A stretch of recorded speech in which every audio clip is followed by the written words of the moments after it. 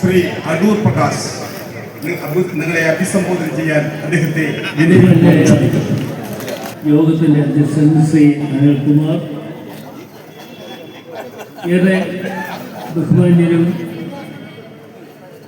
ഈ നമ്മുടെ ജാഥയുടെ നായകൻ പ്രിയപ്പെട്ട ശ്രീ BD സതീശൻ, വേദിയിലെ ബഹുമാന്യരായ നമ്മുടെ കൊല്ലം പാർലമെന്റ് അംഗം ശ്രീ NK പ്രേമചന്ദ്രൻ അവர்கள், മറ്റ് ബഹുമാന്യരായ നേതാക്കളെ, ഏറ്റവും പ്രിയങ്കരായിട്ടുള്ള സഹോദരി സഹോദരന്മാരെ, സുഹൃത്തുക്കൾ, ഇന്ന് പുതുയുഗ യാത്രയുമായി നമ്മുടെ പ്രിയപ്പെട്ട ശ്രീ BD സതീശൻ ഇവിടെ എത്തിയിരിക്കുകയാണ്.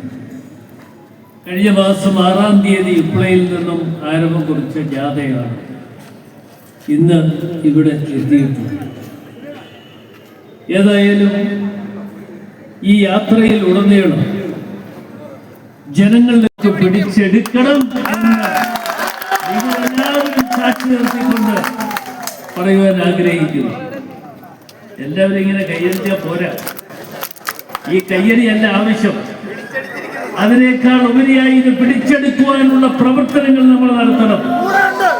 2 പ്രാവശ്യം പാർലമെന്റ് അംഗമാകാനുള്ള ഒരു വലിയ ഭാഗ്യം ഉണ്ടാക്കി തന്നവരാണ് പ്രിയപ്പെട്ടവരായ നിങ്ങൾ. ഞാനത് നന്ദിപൂർവ്വം സ്മരിക്കുകയാണ്.